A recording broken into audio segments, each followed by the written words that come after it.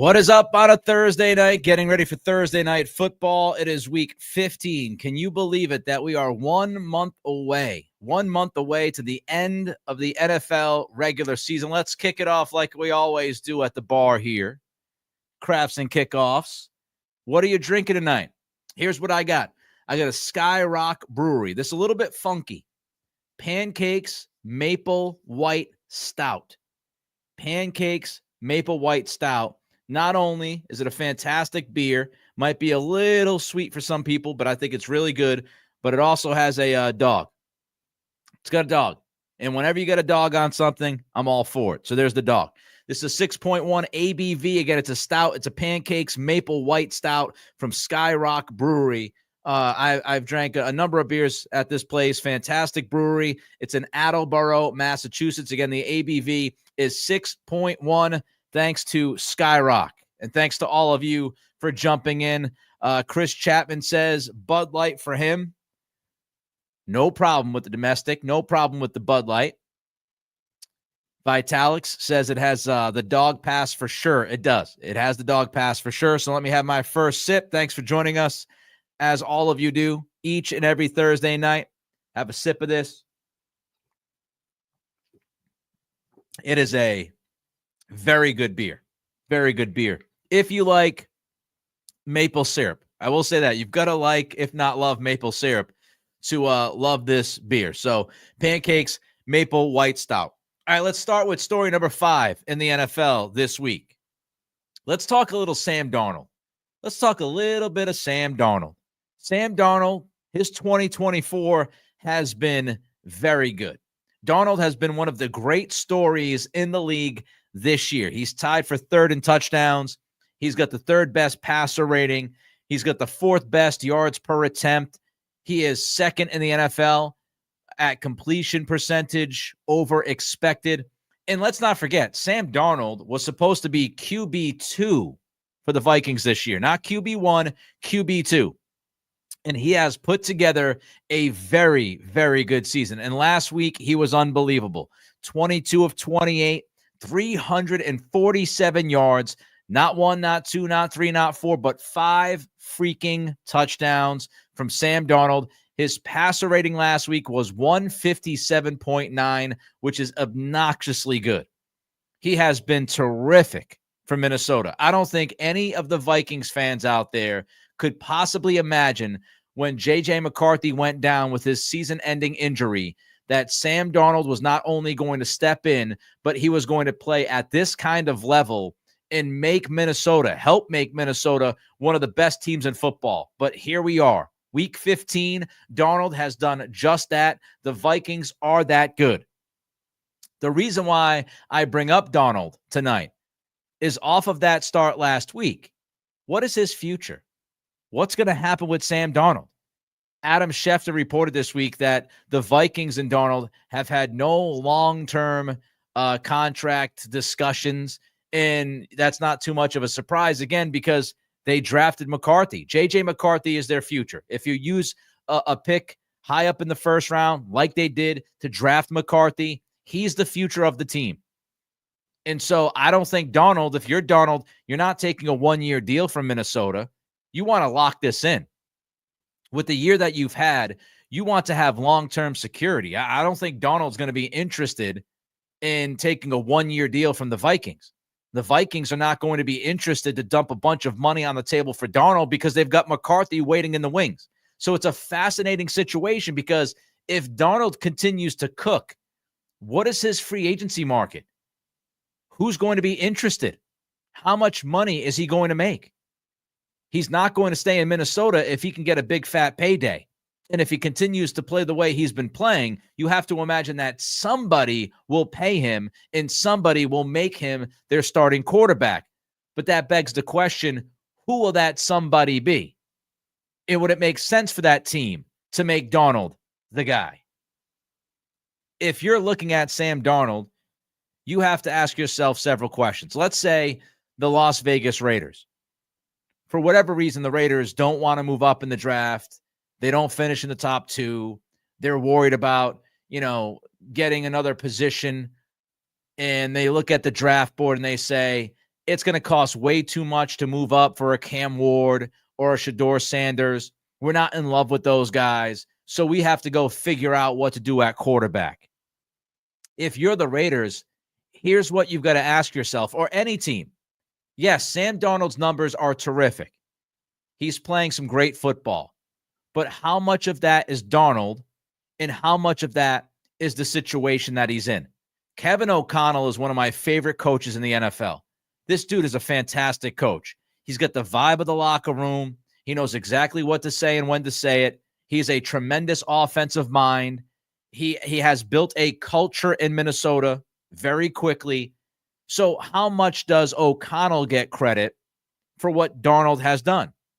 Is this Sam Darnold 80%? Is it Sam Darnold 50%? If you're going to split up the pie, how much of the pie is Sam Darnold? How much of the pie is other things in Minnesota? Kevin O'Connell. How much of it is having Justin Jefferson and Jordan Addison as his number 1 and number 2 receivers? How much credit do you give Darnold when he's throwing to a freak like Justin Jefferson? You've got to give him some credit, but how much credit does he get? How much credit does he deserve? Because inevitably you look at the weapons and you say, with this coaching staff, with those weapons around him, he should be producing as long as he doesn't puke on himself. They have a top 10-ish offensive line. If you look at the composite pass protection rankings from Ben Baldwin, the computer cowboy on Twitter, Minnesota has been right around 10 as far as offensive line rankings. So he's got a good offensive line in front of him. He's got a very good head coach / play caller. He's got the best receiver, arguably, in football with Justin Jefferson. He has the developing and improving Jordan Addison, who's done pretty damn well himself this year. And if you're a team that's looking for a quarterback and you look at what Sam Darnold has around him and then you look at Darnold's history, do you get a little skittish? Do you get a little cautious? Do you get a little hesitant and say, I'm going to pump the brakes on Sam Darnold? Yeah, he had a good year. But if we put Sam Darnold in a position to be our number 1 guy, we don't think he's going to be good enough. I don't know. So who could we be talking about? What teams? I mentioned Vegas. They absolutely need a quarterback. They know they need a quarterback. I know they need a quarterback. You, the American people, know they need a quarterback. Some of you might not be American. Thank you for joining us. Slancha with my pancake maple syrup white stout from Skyrock. So Vegas absolutely needs a quarterback. The Giants need a quarterback. Those are the 2 definites. Write them down in Sharpie. Vegas and New York, the Giants. Those 2 teams definitely need a quarterback. The other teams, the New York Jets. What's going on with Aaron Rodgers? Do they need a quarterback? The Cleveland Browns. You got Deshaun Watson's contract on the books. They got Jameis Winston, who's played well. What are they going to do at quarterback? The New Orleans Saints. Derek Carr's injured. He has one of those, injury clauses in his contract. So how are they going to handle Derek Carr? Saints are in salary cap jail right now. So the Saints might need a quarterback. The Pittsburgh Steelers. What will the Steelers do? Russell Wilson's played well. Do they think Russell Wilson is the answer not just this year, but the next 3 or 4 years? Or do they think, okay, we got the best we could get out of Russell Wilson. Arthur Smith, the OC, has done a terrific job with him, but we can't bank on Russell Wilson. So you got some teams. How many teams going to want a quarterback competition? How many teams are going to look at what they have at quarterback currently and say, we got to bring somebody in?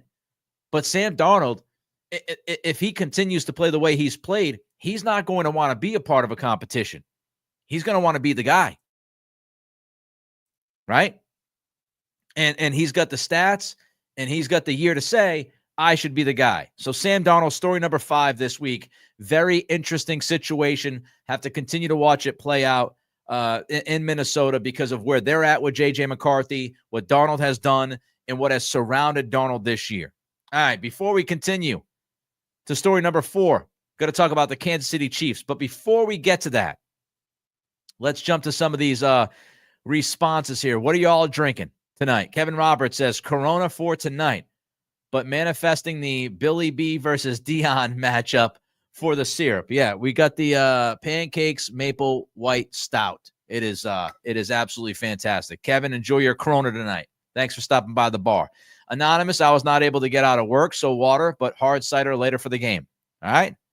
Got to work. Got to make that money. Michael Skinner says ice cold cream soda. How about that? Some cream soda. I haven't had cream soda since I was like, I don't know, before high school. It's been a long time. Long time. Mark Forster says, midnight in the UK, so bedtime, no tea, LOL. All right, Mark. Well, good night. Have a good sleep. Enjoy yourself. Have a great time. Be well. Greg Field says he's iffy on Sam Darnold. I agree with Nick. How much is the quarterback? Yeah, inevitably, that's the question. That's the question. My friend Amy, drinking throat coat tea while I sing Christmas carols with my students at our annual Deck the Halls Polar Express event. Cheers. Cheers. Throat coat tea. Enjoy it. Welcome to the party. Hope to see you soon. And enjoy your night. You're always doing something. Last week it was you're at a brewery. This week you're singing Christmas carols. Greg with a $20 super chat. Thank you, Greg, for the 20. I appreciate you, my man. Super chat support for Nick. I am not all in on Sam Darnold. Thank you, Greg, again for the 20. Appreciate the support financially and also just supporting the program by showing up and throwing in a comment. So thank you. All right, let's get to story number 4. The Chiefs. The Chiefs keep surviving, right? How many of you non-Chiefs fans are annoyed by the Chiefs? How many are irritated by the Chiefs this year and how they're winning? Last week against the Chargers, you had an awful kickoff by Dicker the kicker. You had the doink that ended the game, the doink that actually went through the uprights. And that's really been the theme of Kansas City's season. Ian McMillan, senior editor of SI Betting, posted this. Here are the ways the Chiefs have pulled out wins this year. You ready? Isaiah Likely's toenail was out of bounds for Baltimore. Kansas City wins. There was a questionable penalty call on the Bengals. Kansas City wins. There was a non-call on the Chiefs versus the Falcons. Kansas City wins. The Bucs don't go for 2. Kansas City wins the coin toss in overtime. They win the game. They had the blocked field goal against the Broncos. They had a last-second field goal against Carolina. And, of course, you had the Raiders' botched snap, which was just hideous. Aiden O'Connell looking clueless. Kansas City continues to find ways to win. Somehow, some way, they do it week after week after week. And this is what happens when you have an experienced football team. This is what happens when you have a well-coached football team. This is what happens when you have a good team. You find ways. You find ways. But this many times in a singular season, this is borderline ridiculous what the Chiefs have done.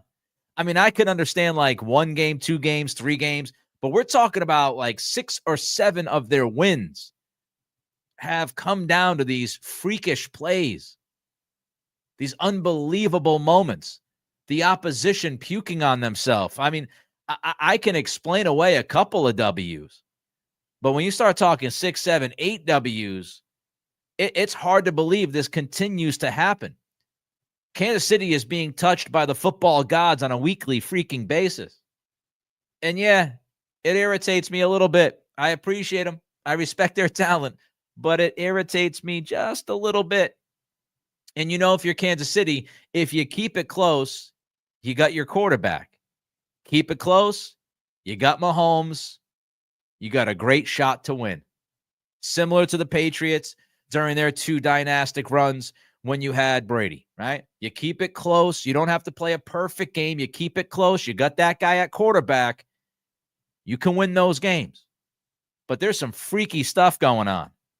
And for this Kansas City team, their margin for error is much slimmer than prior years because their offense is not nearly as explosive. Look, Worthy can be explosive from time to time, but he has not been consistent just yet. Travis Kelce, he's getting older like all of us. And he has not been the same guy, right? DeAndre Hopkins, I love DeAndre Hopkins, but he is also older. Juju Smith-Schuster is good for a game or 2, but he can't give you consistent explosion. So this offense is missing a certain element they've had, and that's because Rice's injury, right? I mean, if you had Rashee Rice or you had Hollywood Brown, you add those two guys into the mix, you're talking about a completely different dynamic offensively for Andy Reid and company. But they don't have those two guys. So they have a much smaller margin for error because the offense, they're not putting up 35 a week. They're not producing at that level. So they've got to find ways to win games, and they've done it. And I'm telling you, they can win. They can win the whole damn thing again. They can do it. Because we got to realize, we got to acknowledge that in the NFL, a bunch of these games are one-possession games. A bunch of these games are decided by 6 points or less. That's just the NFL. Go back to 2021. Look at what Kansas City did during that run. Kansas City in 2021, they weren't blowing teams out in the playoffs. That's not what they were doing. 3 of their 4 playoff wins in 2021 were by 7 points or less. 3 of their 4 wins during that 2021 championship run were decided by 1 possession. They've done this before. Now, the regular season looks different, but they can continue to win this way. Again, the margin for error is much smaller. The Super Bowl in 2021, if you forgot, was a 3-point game in overtime. It was a 3-point overtime win in 2021. So they have proven they can win these tight games in the biggest environments. And you wonder, can their defense slow down the best? That's my question. Because if they can't score 30, can their defense show up and slow down the best teams? They played the Ravens this year, but that was week 1. The Ravens scored 20 points. Again, week 1. But they held the Ravens to 20. But then the Bills dropped 30 on the Chiefs in November. So that defense has to consistently be damn good for the Chiefs to win another championship. All right. Before we get to story number 3, help out the YouTube channel, folks. I can't say it enough. It's the first time I'm saying it tonight as I drink my Skyrock Brewery Pancakes Maple White Stout. It is a 6.1 ABV, and it's got a dog. It's got a dog on the can. And if you got a dog on the can, you're all right by me. I'm a big fan of dogs. Look at that. Look at the face. Look at that face. Look at the face. How can you not love that guy? 6.1 ABV. Fantastic drink. Sláinte. Have a sip. Tell me what you're drinking in the comment section. But help us out as we hang out. And there's ways you can do it. You know it by now. Click that thumbs up if you're watching on YouTube. That will help us beat that algorithm. So click that thumbs up. Give us that like. Throw a comment in. How do you feel about Sam Darnold? Do you think the Chiefs can keep winning like they've been winning? Or will their good fortune run out? Throw a comment in. Don't forget to subscribe. I stress this all the time. Trying to hit 5,500 subscribers. I don't think we're going to make it by New Year's Day. That was the goal. But we can keep trying. We can keep fighting. So don't forget to like, comment, and subscribe on YouTube. Click that notify bell so you know when we go live. I appreciate every single one of you. If you're listening on Spotify, Apple Pods, you can rate and review. So don't forget to do those things. And if you're on Facebook, like it. Like this channel as well. Like what you're watching if you enjoy the content. My guy, Michael Miller, who I got to give a shout out to. He lives way across these. Is it Japan, Michael? Are you still in Japan? My guy, Michael, is somebody who I went down to Virginia Beach to do some radio in 2012. And my guy, Michael, was one of the first people that reached out to me on Facebook, would listen to my show down in Virginia Beach. He has been a day one dude. He's been a day one dude. And he always good. Always good to me. Always supporting me. Always reaching out. I appreciate you, Michael. Glad you're doing well. And yes, he is still in Japan. It's pretty crazy, right? It's so cool. I'm sitting here drinking a beer in Foxborough, Massachusetts, and my guy Michael Miller is hanging out with us in Japan. It's 9 a.m. That's badass. I love that. All right, let's get to story number 3. Don't forget to like, comment, and subscribe. Mike McCarthy. Can you believe it? Mike McCarthy might actually stay in Dallas. Cowboys fans, how you feeling about that? Are you concerned? Are you concerned that Mike McCarthy is going to be your head coach in 2025? Did you think this was going to happen? I bet you Cowboys fans aren't shocked. We'll talk about that in a little bit. But the Cowboys are 5-8. They're done. Season is over. If you're Dallas, I think you want to lose games, frankly. Dak Prescott's out. Lose games, get a better draft pick. Cowboys, 5-8. They had a meltdown against Cincinnati on Monday night. Did you watch that game? Did you watch the special teams? Not too special for Dallas on Monday night. Brutal way to lose that game. Absolutely brutal. Overshown gets hurt. Another big problem, right? Tears not one, not two, but 3 ligaments in his knee. Brutal injury. And so this team is done. This team is cooked. Out of the oven. Served on the plate. Cowboys season's over. We've known that for a little bit.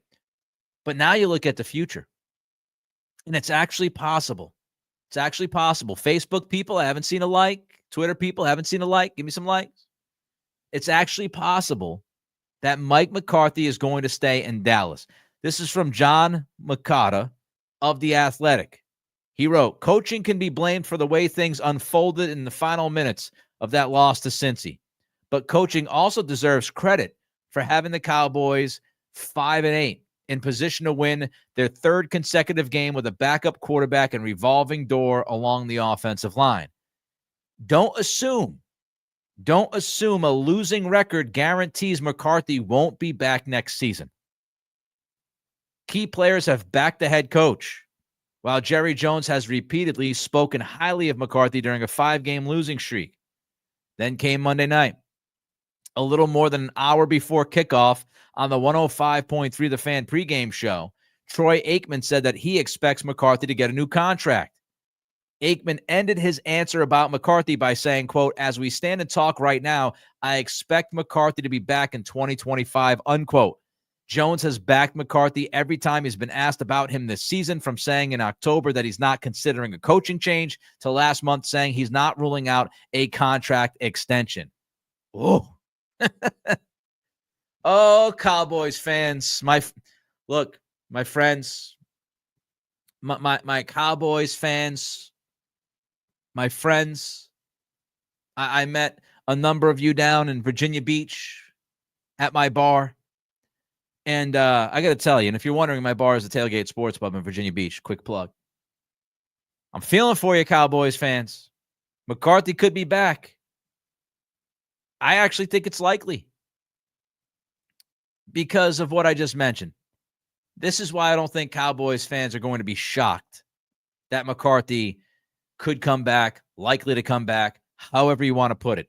Because you look at Jerry Jones. Jerry Jones loves head coaches that are not obstacles, guys that will not get in the way.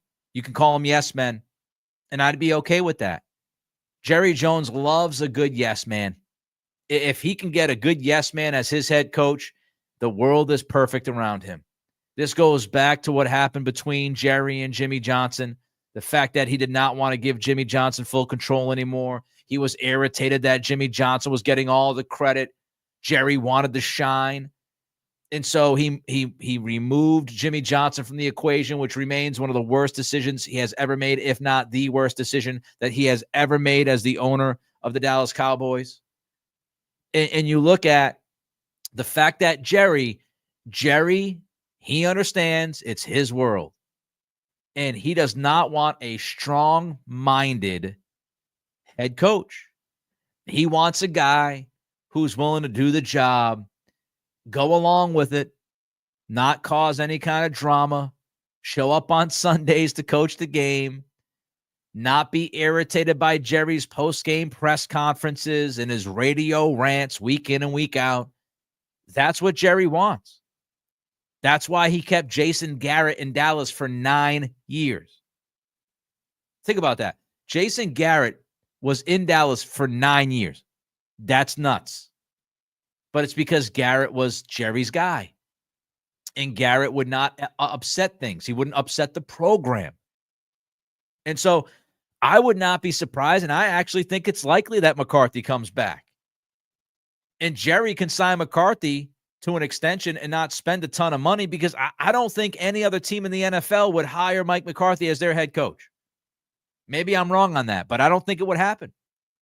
Would I keep him? No. Look, you can't argue about the regular season success. The last 3 years, Dallas 36-15 before this season. They won 12 games 3 straight years. There's been regular season productivity when you talk about W's and L's from Mike McCarthy. The problem is Mike McCarthy has a clear ceiling as a head coach. Yes, he won the Super Bowl with Aaron Rodgers that 1 year, but he has a clear ceiling. Even though Dallas has averaged 12 wins a season the prior 3 years, they're 1-3 in the playoffs. He gets to the playoffs against better teams, against better coaches, and he gets outclassed and his team gets beat. That's what we've seen for the most part. Mike McCarthy has a ceiling. I'd say thanks, but no thanks. All right, before we get to story number 2, we're trucking along. Anonymous sends a $10 super chat. Thank you, Anonymous. Nick, don't believe it. Jerry will fire him.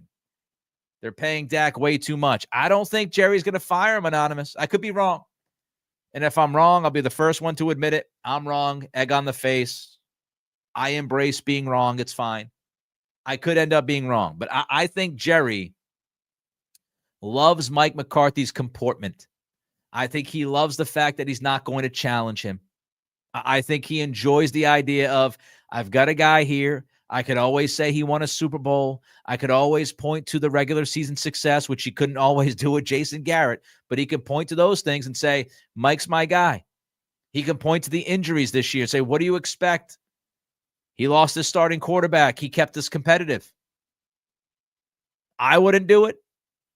But of course, I would also look for a coach that doesn't mind getting in the way every once in a while and is strong-minded. Not Jerry's way. All right, let's get to story number 2. Speaking of coaches, will the 49ers trade Kyle Shanahan? This has been an idea, a rumor kind of floating in the ether that the Niners could trade Kyle Shanahan, that Kyle Shanahan's time has come to an end in San Francisco. They need a different voice. They should bring somebody else in. The Niners had a great game last week. It was against Chicago. I mean, Chicago got beat easily by the Patriots in Chicago. Tells you a lot about them. But the Niners are 6-7.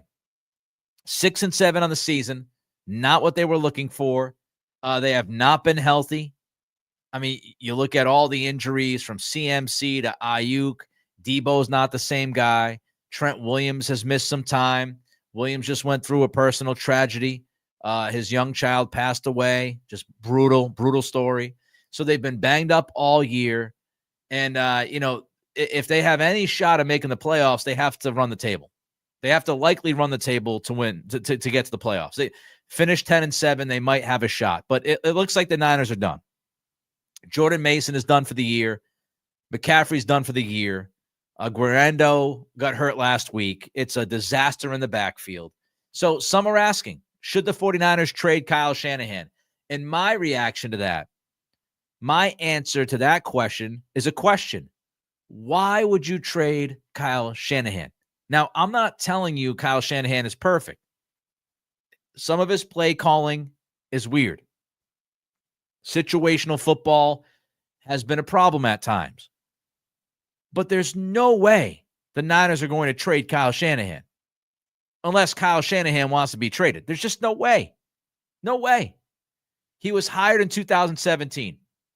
Shanahan's record as the head coach of the Niners is 70-58, 12 games above 500.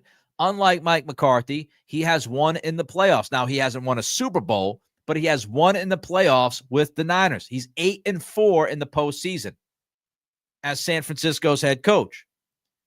In 4 of the last 5 years, he's been to 2 NFC championship games and 2 Super Bowls. Now, again, he hasn't won it, but he's been to 2 Super Bowls. And 2 other years, he made it to the NFC championship game. You're going to fire that guy? And I remind you, who were his quarterbacks?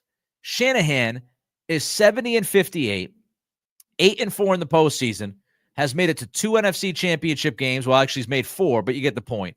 He's finished last game of the year twice in the NFC championship game, and he's lost 2 Super Bowls. He's done that with Jimmy Garoppolo and Brock Purdy.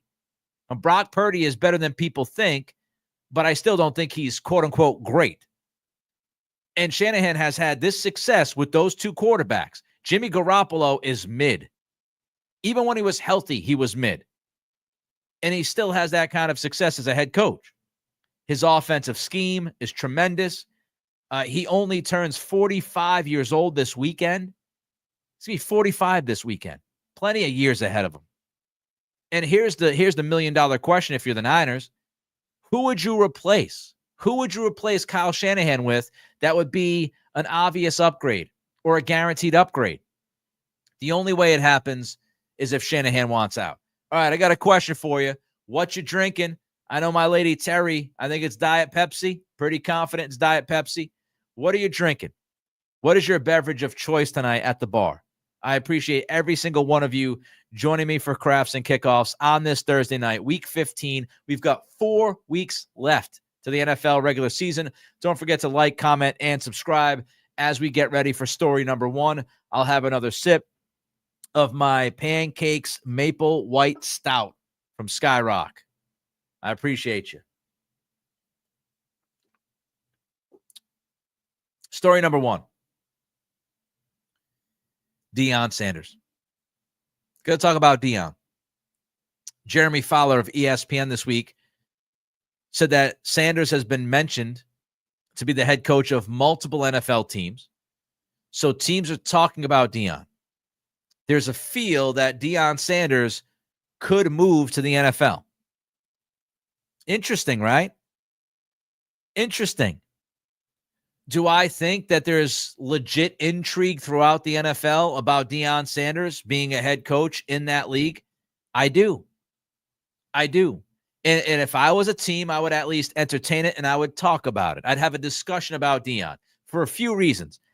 Deion Sanders is relatable to players. And you see this across the NFL.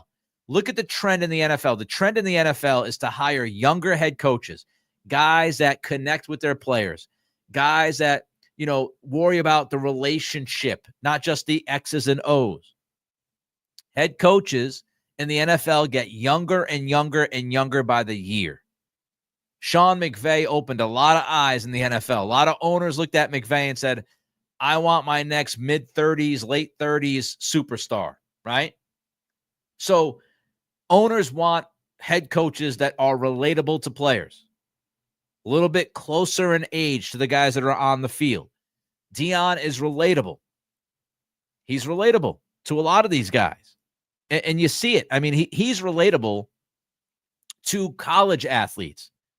It's kind of interesting because, it's not like Deion is a super young guy, right? He's 57. But he has a young vibe to him. He's always had a young vibe to him. He's 57, but you might as well think he's 37. So he finds a way to relate to these players. And it's worked for him in Colorado. I think he's respected by players because of his resume. He's Neon Deion Sanders. And, the guys that are playing for him now, it's not like they watched Deion. I mean, Deion was, mid to late 30s when the guys that he's coaching were growing up. I mean, he was at the end of his road. But they know about Neon Deion's legacy. They see the highlights. They see him picking it off and, doing this with the football with his hand behind his head for the pick six. They see all that. They know he played for the Braves and the Reds. They know, two-sport superstar. Like, they know. And so he's respected because when he walks into the room, you know what he's done on that football field. And Deion's a brand. And some owners, not Jerry Jones. That's why I don't think Deion would go to Dallas, because I can't see that mix. But when you look at Deion, he is a brand. And some owners love the idea of having their head coach be a brand.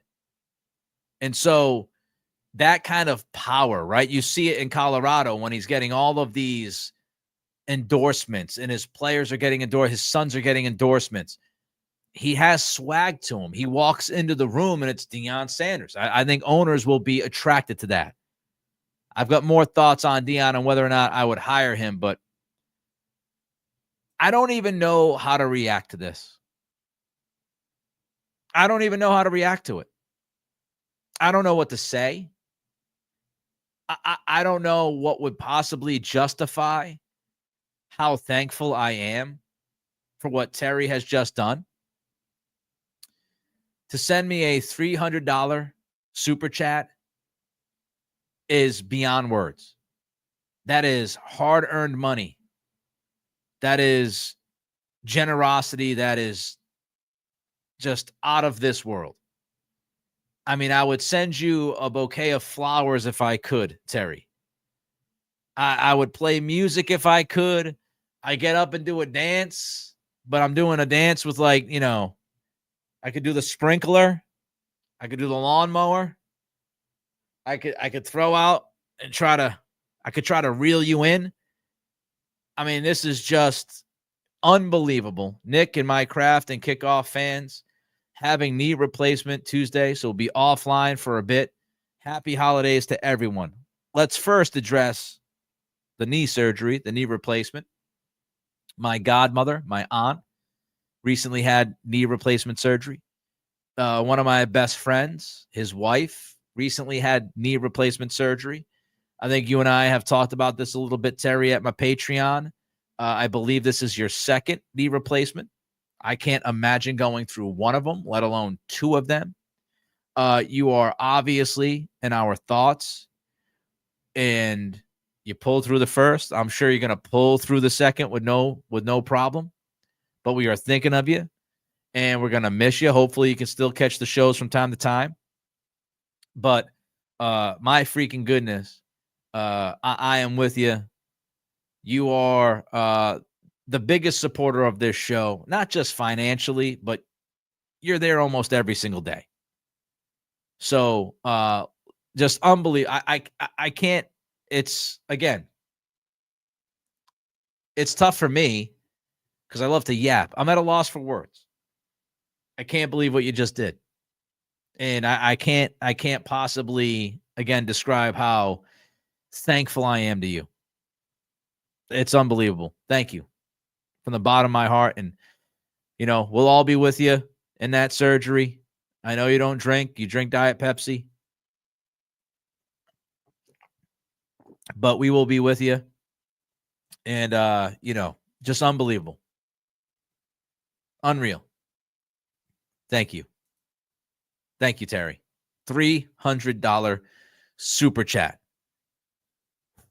I don't know if anybody will ever beat that. I could do this for 20 years, and I don't think anybody will beat that. Vitalix, let's give her some love. Hope all goes well. Teresa, certainly. Edward said good luck. He said me. He meant to say you. Good luck, Teresa. Mr. Snoopy, who's been here for a while, has been a regular for a long time. Good luck on your surgery. 618, good luck on your surgery. Edward, confirming, spelling problem. Devin, praying for you, Teresa. No doubt about it. We're all with you. We're all with you. Again, I ain't worried about it. You're a soldier. You're going to go right through it. You've done it before. But we are with you, Terry. We will miss you. Reach out on the Patreon. Send me some messages. Let me know you're good. You don't have to let me know publicly, but let me know you're good. I want to know if you're good or not, okay? So make sure that you're good and you got through. So give me that heads up. Tuesday, you said, right before Christmas. Happy holidays. Hopefully I get a message from you shortly after. It doesn't have, I don't know the window, but at some point, just let me know you're good. And I will let everybody else know that you're good. So thank you. You are a major part of this community. And I can't say enough of what you just did. And Kevin, good luck on your surgery and speedy recovery. And she's the GOAT. She is absolutely the GOAT. All right, let's wrap up on Deion before we say goodbye on this Thursday night. Would I hire him? Would I hire Deion? Would you hire Deion? Send me a comment. I wouldn't right now. I'm not there yet. 13-11 at Colorado. struggle first year. They had a bunch of guys coming from the transfer portal. Better this year, but they did not have a strong schedule this year. So I need to see more from Deion. I need to see more from Deion. If he has another good year, I'm more of a believer. I'm more into the idea of bringing him in if I'm an NFL owner. But I just feel I need to see one more year, right? I need to see that third year at Colorado. He's recruited pretty well, this year. Given, I mean, he had high expectations as a recruiter. Last year wasn't a great year for him recruiting wise. He has flipped a couple of guys. He's got a couple of 5 stars. But I want to see the product next year. If he can back up this season with an even better year next year, I don't know their schedule. What's the strength of schedule next year? But I need to see more from Deion. I need to see more from Deion.